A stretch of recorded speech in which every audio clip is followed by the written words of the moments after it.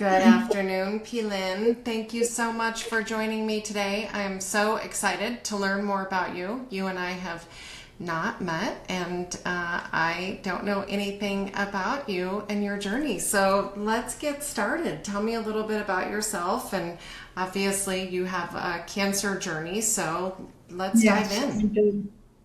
Anyway, thanks for this opportunity. I like sharing my story. So basically, I had head and neck cancer, and this is why my mouth is not like it used to be. So I wrote down Yeah, perfect. this, and I'm going to read. I'm going to read just Great. so I can't. And if it gets too long, just let me know. Near the end of March 2018. I would soon be turning 67. I got a sore on my lower lip. I had been through the stress of the Thomas Fire in California and the aftermath of stress and bad air for weeks. I assumed the lip sore was a fever blister as I had gone through a lot of stress and I have a tendency to get them. Usually it takes 2 weeks for the sore to go through its herpes stage and then heal. After 2 weeks, the sore was not healing and was beginning to change in appearance. Hmm. I had no primary care doctor because had never ever really been sick. I'd always done things alternatively Hmm. and went to doctors rarely. Um, so I started calling dermatologists and to get a biopsy, and I was ignorant at the time that really what I needed was to be referred to a dermatologist and then I would get in, but no one explained that to me. So I was just cold calling Dialing for dermatologists. dollars. And I couldn't get appointments, or either they'd make appointments and then cancel it. And I ended up, I don't know how many I called, but all of them in the area. And uh, finally, a woman dermatologist let me in an hour away from where I lived, and I didn't. She would let me in, and previous to that, I didn't go to ER with it because I was afraid of whose hands I would fall into. Hmm. And anyway, I went in to see the dermatologist, and by this time, the ulceration was huge. I wore a mask long before masks were common because it was so horrifying, like Oh, it would wow. scare people. And they all kind of smiled at me at the dermatologist's office until I took the mask off. And it was horrible. So Hmm. she did a biopsy, and the And it biopsy was was, a growth. It was it a was tumor. It was a right. tumor It was coming out. like, Okay. started out about the size of an aspirin and was growing to the size of a nickel and eventually would get even bigger and also changing Yeah, kind of and hard and yeah, erupting. morphing, changing. Yeah. I could barely eat. So um, anyway, she did the biopsy, and the biopsy, it was like obvious it was cancer. It was going to take 7 to 10 days to get the results back, and no surgeon will see you until it's confirmed that it's cancer. And um, so the biopsy, for some reason, was delayed for 14 days. Mm. And meanwhile, I had my first appointment on the day the biopsy actually came in. It was supposed to be a few days after the biopsy, but it came in, Right. luckily, that day. And in hindsight, I should have walked into a surgeon's office and sat in the office, but I didn't know what to do. But And you said your first appointment with a surgeon or with an oncologist? no, a A surgeon, an surgeon. oncologist. I did everything in a very different order than most people. So, I went to a dermatologist, and then I'm going to a surgeon to have it removed. And anyway, so I get to this surgeon, and I went into Pasadena, which has hopefully better doctors than where I was from. And anyway, he looked at it and said, "This is an emergency, and we have to take your lip off now." Wow. And so I said, but wait, I have 4 more surgeons I need to talk to because I don't know, how do I know you're the right person? And he said, you don't, but I will take good care of you. And so I was on the table. He did a biopsy again in his office because he had a lab and confirmed that it was squamous. And so then my lip was taken off, and it was the Mohs, of course, and it took 2, sessions, back to back that night. And then I was sent home, or except the place I was staying, because it wasn't home. And I was stitched, from one corner to the other. So I have about that much, which is the original lip, and all of this is from reconstructive surgery. Oh, wow. Well, it looks good. Yeah. Well, yeah, so I can't, smile like I used to, and this is numb and scars, and so, whatever. Yeah, and you notice it more than anybody else does, and you have to live with it every day, so that's understandable. Yeah, exactly. Yeah. And it feels different, it's not my mouth. And so, I mean, even unto this day, and now it's 6 years. So anyway, the surgeon was great to me, and he said, okay, he sent me, anyway, I came back 2 days later to be the first reconstruction surgery, and was still, completely stitched. I was having to eat through, what do you call them, the little syringes. And how I got enough liquids in my body or whatever, but it was pretty amazing. And it's always amazing to me how you're sent home with no way to take care of all this, but it's scary. So, and you've lost your lip, so, and it's visible to everyone. It's going to change, your physical forever. So anyway, after my first reconstruction, and then I think I had the second reconstruction, and then my neck swelled up, and the squamous had traveled to a lymph node. Yeah. It was really bad news. And the surgeon sent me immediately to get a needle biopsy, which came back positive. And then I went to another ENT surgeon at Keck, and he recommended radical neck surgery, which I didn't know what he was saying at the time, but they cut from ear to ear and then down the side. They remove all of your lymph nodes. Wow. Right, and then that is followed up with weeks of radiation. So that I scheduled that, and then I canceled 3 days later. And what made you cancel? Because my attitude was, I don't know, I just was going to refuse something that dramatic, that I knew that there had to be a simpler way to do it, or at least that was the path I was going to take. And I felt that commitment, that gut feeling to myself, and I followed through, but I was petrified and scared the whole way because I had no idea what I was doing. So the only thing I knew to do was go to, I had heard about a place in Irvine, California called the Center for Cancer. I went there, and I have very mixed emotions about my experience there, but it did the trick. So I had lots of IVs, lots of nutritional IVs of mistletoe and silicium. Nice. And I did 2 weeks of that, and I didn't particularly like my doctor within that organization, so I switched to another one within the cancer center, and met with her, and she said, you need to do the IPT chemo. So my veins were spent, so for sure I had to go get a port, which I still have.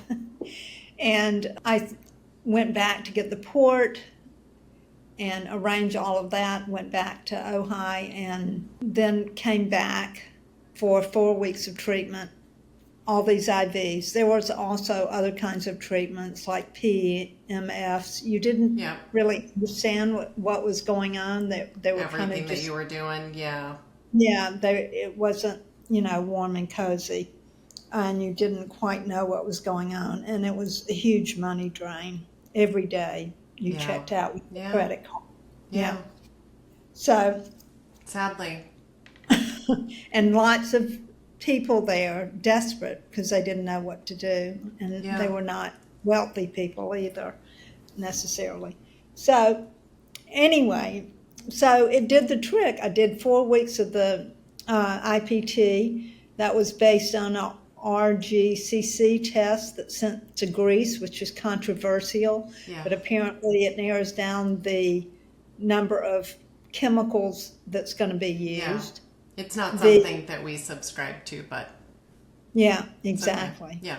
Well, and then, of course, so they wanted me to do 5 weeks. I did 4 weeks, and I went back to Ohio. I was really weak, and my hair was beginning to fall out. Yeah, it'd been hard because you're on all those steroids and everything. So I went home, and again, I don't have an oncologist at this point. I have them there, but I don't live there. Anyway, so I somehow am able to schedule my own MRI, and I go, and it's clear. And so it's like, okay, all right, I did the right thing, and was it the chemo? I don't know if it was or not, or if, the combination of all of the above, yeah. But anyway, it was clear. And so then it was and while you're there, you're very aware of the fact that people get the IPT and then they follow up with these vaccines and all of that. Well, I was dubious about all of that. I didn't know where to turn, what to do. I still didn't have an oncologist. I didn't know where to turn. So instead, I went to the Center for Cancer. After 4 weeks of chemo, I returned home weak, skinny, losing hair, diarrhea, dark urine, and yeast infection. I was sent home with mistletoe injections, which I did and was a good thing, and a bucket load of supplements.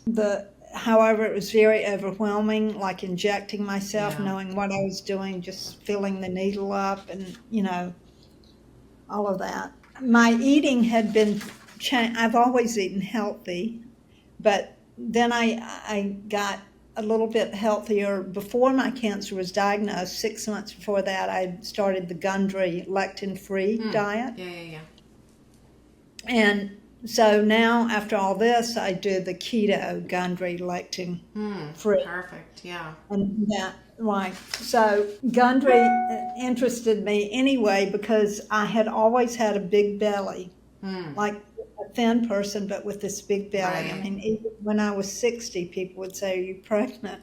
And it's whatever. Well, anyway, my microbiome was not in good shape. You probably had SIBO.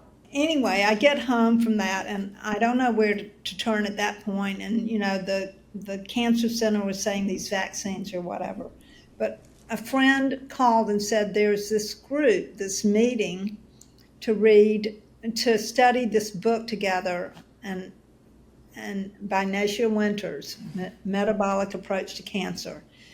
And I had the book. And I had lots of other books, and it was all overwhelming and everything. And I'm like, I'm exhausted. For me to go and sit for 2 hours, Right. I didn't want to do it, but I did it. And it ended up being the best thing I'd ever done. And always I wonder if I'd had that in the beginning, right, as support on all the different levels. And it was addressing things that I knew were important, like all your lifestyle things, all the different terrains, and my spiritual, what I'm thinking, and my life, and all of that. So the food, and especially Yeah. the food is the center because what you put in your body is your body. So that was when I also got an oncologist. I got a primary care, and then I got an oncologist, and both of them were horrified at what I'd done. We don't Right. approve at all of what you've done, but it worked. You're here. Okay, Yeah. right. So then I started getting regular MRIs. They kept coming back clear and clear and clear. So, I did the MRIs I would also get them to do it without contrast. I started Right. taking real charge of what I would do and wouldn't do. And for the most part, she went along with me she wanted to do contrast, but a lot of the times I wouldn't let her do it. And Right. anyway, so now I have a different oncologist because I moved. I don't know him that well, but he was happy I didn't get the vaccine. So Yeah. Yeah. It imagine. sounds like, have you always been really good at listening to your gut? Because it sounds like from the beginning you've been listening to your gut, and maybe that's kind Yeah, of also been just guiding you your entire life. I did, but I was petrified. But Yeah. I was listening. I mean, I went to a psychic. I went, you Mm, know, those kind of things like help me figure out what to do because I don't know what to do. I also was horrified is I didn't know where to turn. I had no idea where to turn. There was Ojai Cares in Ojai, which that was where Renee worked, who taught the class on the book, who okay. led the she facilitated the reading of the book. And that was so great. And then I got a naturopath. I got Heidi Lucas in Santa Barbara, Oh yeah. but she wasn't intense. I wanted more, so Yeah. I switched to Dr. Jade. Oh, Jade Wimberly. No, Dr. Jade. Jay Oh, Robbins. Jade Robbins. Yeah. Oh, Hmm. amazing. Yeah, she's Yeah, fantastic. right. Yeah, I mean, there's so many things that you did that, just refusing that surgery on your neck and removing all of those lymph nodes, probably saved your life. You remove all of those lymph nodes and then you kind of lost your detox mechanisms, right? So it Right, actually gives exactly. I it mean, the you have ability to others grow. in your body, but you need these. And I For said to sure. him, it's in one lymph node. Why would you remove all of them? And he said it's preventative. Yeah. And then that would have been followed up with radiation, which I Yeah. knew my teeth would start be affected and Oh, start that would, falling. yeah, it would Right, be very, very difficult, very different quality of life. right. I also I have a husband who stood right by me and let me make decisions of my own and supported me. Uh, That's so important. yeah. And also, in some ways I was lucky I didn't have an oncologist right in the beginning, a conventional oncologist, because I would have gotten into that system, you know. Yeah, maybe a little bit more pressure, a little bit more fear. It's hard to tell people, not to make decisions right away and to really take some time and think about things, because it's kind of the last thing that you think you can do, especially for you, where you're seeing and feeling these growths. I mean, the growth's coming out of your mouth, Yeah. and then Right. you're seeing it here. A lot of times we can't see it. We're just like, get Yeah. out. You were actually seeing it, and so that, I think, would drive fear even more. I mean, for the individuals that I've known and that I've worked with and that I've seen come through that have visible growths, they seem to be a little bit more in that fight or flight pattern than Yeah. not. So I mean, that's just has a whole nother Right. thing to it. Well, if it's not visible, then you can kind of forget about it a little bit, or maybe It's not you it. can. Yeah, I don't know if you forget about it, but it's not literally in your face. It was in your Yeah. face. It's something you're going to see every time you walk past a mirror. So one thing I'm leaving out is that I also incorporated a lot of different doctors. Like I did go see Gundry in Palm Oh, you Springs. did. Yeah. Yeah. I went down twice. I saw his assistant once. I saw him once. I didn't continue with that. He does a lot of blood work, which was good, but I felt better about Dr. Jade. Mm-hmm. I'm not better, but I mean, she was addressing my needs more.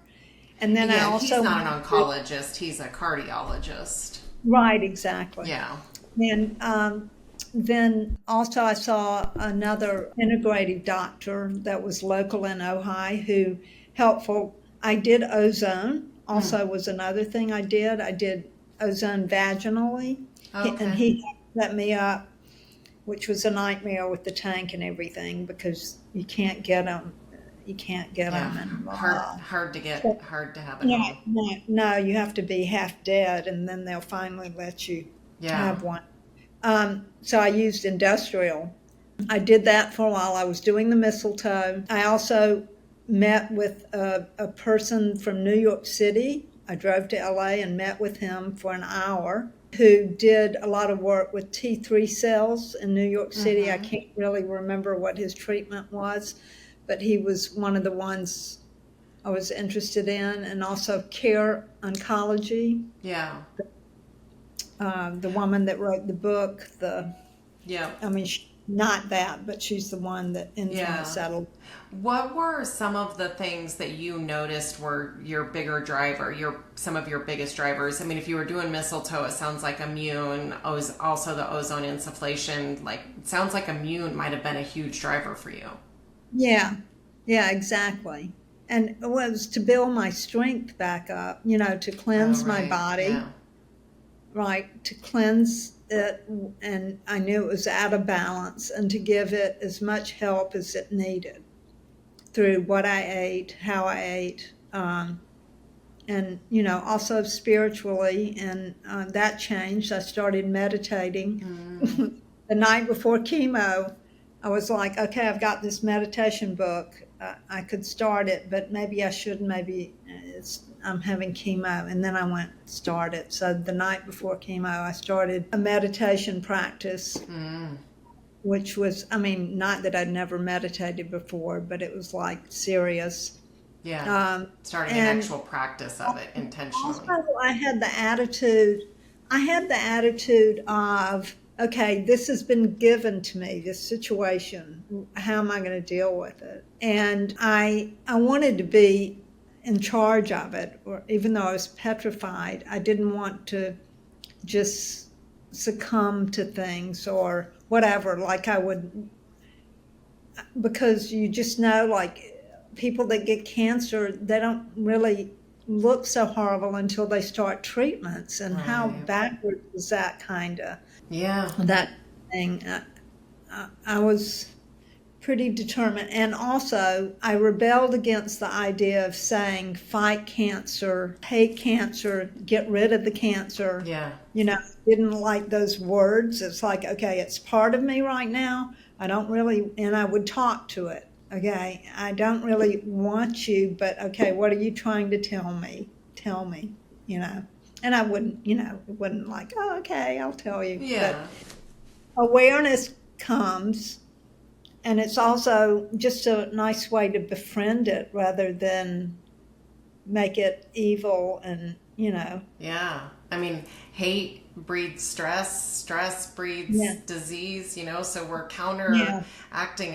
When I see all those bumper stickers, on people's car that's like the F cancer and cancer sucks. And I just want to say, love yourself, love your cancer. But you're the second person that I've interviewed that has said that they talked to the cancer. yeah, And they said, all right, the other person had said something to the extent of, okay, so we're both here. How are we going to cohabitate? Yeah, this person is also actually cancer free now. So yeah, yeah, pretty, I just love that thought process of saying, yeah, let's embrace this. It's a part of me now. And, if we're going to cohabitate, let's be friends. yeah, exactly. No, it's been a trip. Definitely. Would And, you would you lots of say that your quality of life has changed? Has it improved? Has there been any change since before the oh, diagnosis to now? yeah, okay. So before the diagnosis, I'd had a few.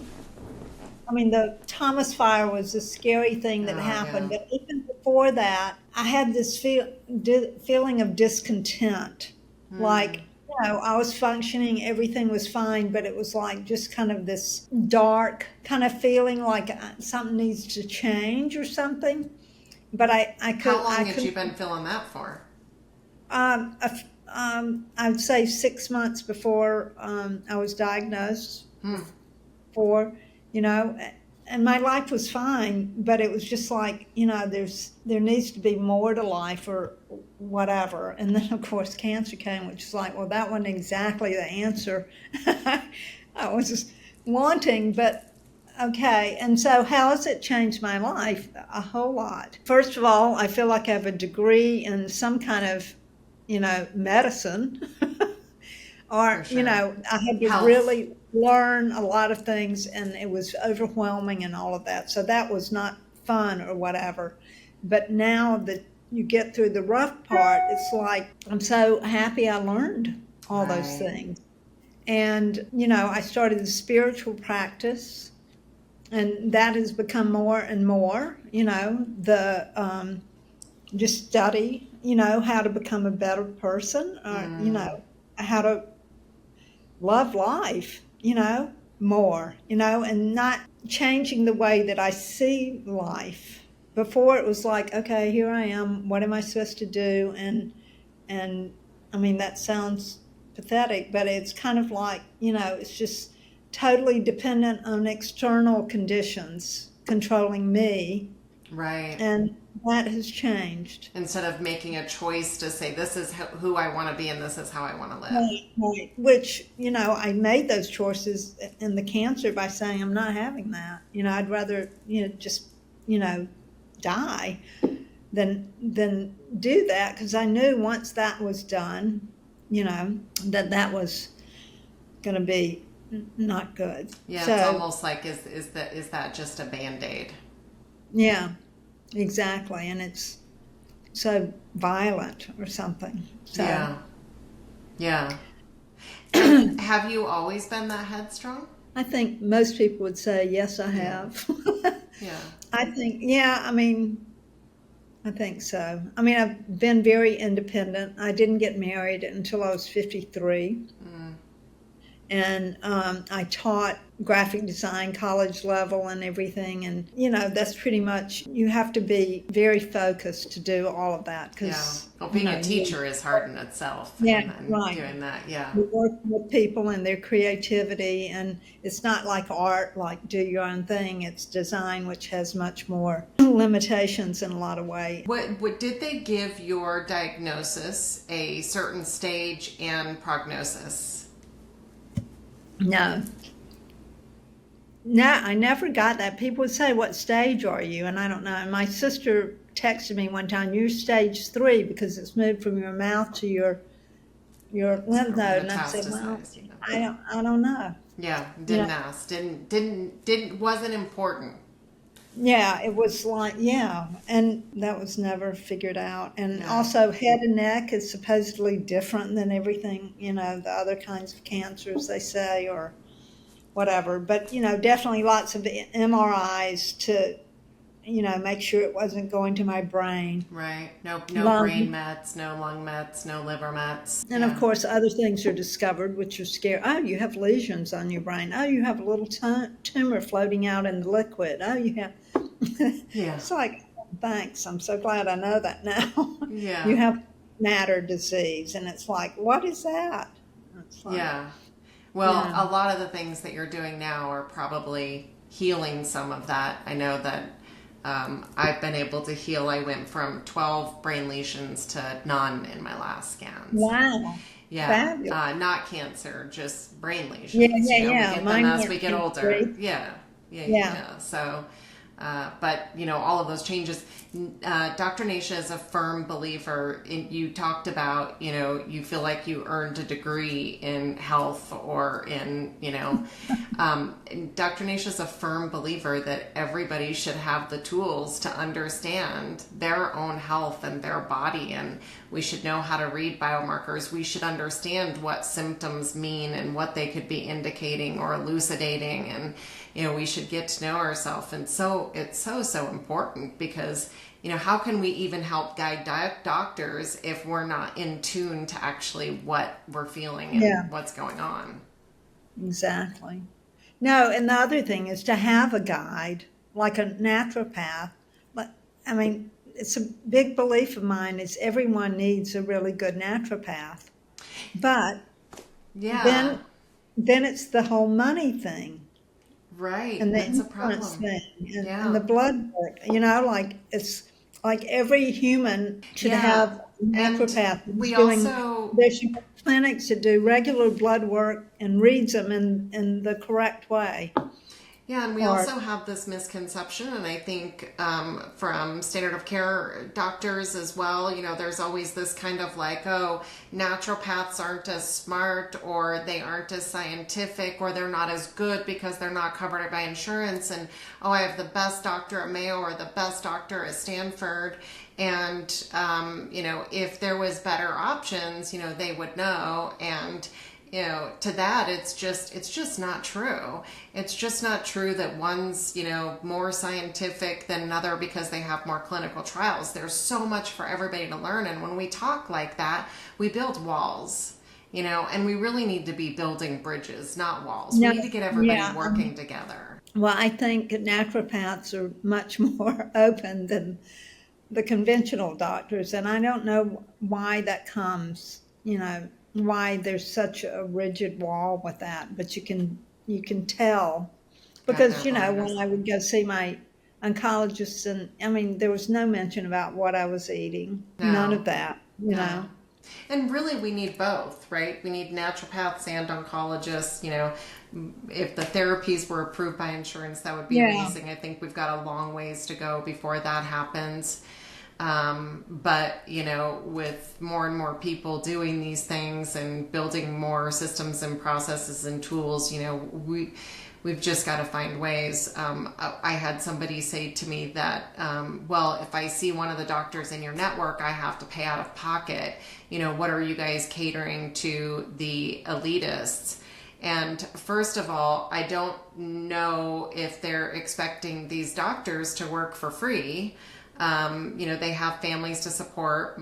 If you're a naturopath, you paid a lot of money to go to college. Most of them have college debt. yeah, Most of yeah. them are making less than $100,000 a year. But my response was, no, we're not catering to the elitists. We're catering to people who want to live. Yeah. No, absolutely. But it comes across, I mean, ideally, naturopath would be included in the whole system. Not that, I mean, I hate the whole insurance system too. So, but yeah, it should be something that everyone has access to.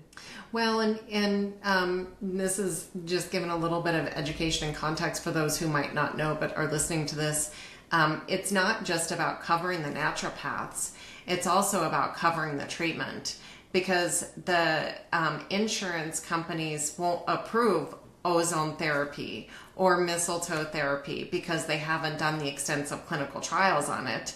And it's not produced by a pharmaceutical company, so nobody has the money to do the clinical trials on it. So, Yeah. even if the naturopath is hourly paid for, then the therapy's not. And if you are recommending a therapy and insurance is paying for it for the doctor, right? And the therapy's not covered, then the doctor is putting themselves at risk for malpractice. Yeah, yeah, yeah, yeah, yeah. It's a really, really broken system. So, what I guess from my perspective is frustrating is that people think that naturopaths or doctors, there's a lot of doctors that are moving outside of insurance. You have functional medicine doctors, you have concierge doctors, and they're all going cash based. They're going cash based because they want to heal people. And yet the thought process is that they're actually taking advantage of people for money, when the reality of it is it's just the only way they know to operate to be able to help people. No, right. No, they're definitely not taking advantage of people. It's just that the system doesn't include, the thing. Yeah. So, I wish a naturopath for everyone. I mean, I wish there were clinics that had basic things like, you went and got blood tests on a regular basis, Right. just to someone to look over to see Yeah. that. So, Yeah. yeah. And I feel lucky that, I have a good naturopath. So, Yeah. Yeah. She's great. She's great. I adore her. yeah. Well, what would you say to somebody else who is listening to this, who is where you were when you were first diagnosed and you first had this? Definitely get a naturopathic oncologist. That's the first thing. I mean, I've had friends that have gotten cancer, and I said, that's the first thing you do. Mm. You know, Yeah. I mean, I also recommend Ralph Moss, Yep. Yep. who I did not use. I used someone else, which was nothing in comparison, which was Yeah. too bad. To see what your options are out there, conventional and alternative. But it's like definitely get Nesh's book and read it and Yeah. start understanding your body and, the foods you're eating and all of that. And, Yeah. if you've got a huge thing on your lip, that you definitely have to, get a biopsy. Yeah. And I wish my biopsy had happened earlier because it would have, then I would have just had a tiny bit removed from my lip, but Yeah. because it grew and grew. And get a primary care doctor for one, so you can get referred. Yeah. Yeah, for Yeah. sure. Yeah, I think it's becoming more common though that people don't have a primary care doctor, and I see a lot of people are burned out by doctors or feel that they Yeah. have not been properly Right. No, I had treated. insurance. I just didn't have Mm-hmm. one. I never went for annual checkups or any of that. Yeah. I had the insurance and all of that, but I didn't have a doctor. Yeah. So, Well, it's great to see how good you are doing now and how aware you are. And I love that you just leaned into your gut. I wish we could all do that. It's yeah. not easy to do. I No, really no. commend you for doing that. Thank you. I think I would be spinning mental circles in my head. I'm not sure that I would be as strong as that. So I really commend you. Thank you. Thank you. Well, thank you so much for sharing your story, and I really All right. hope that that people listen to this and it's helpful to guiding them to trusting their gut and being firm in what they believe and feel. Right. And what's right for me is not necessarily right for Right. everyone else, but I'm here. Like No, great. Yeah. no, life is good. Oh, awesome. Thank you so much, P.Lyn. Okay. You Thank have a you. great day. Okay. Bye-bye. Bye-bye.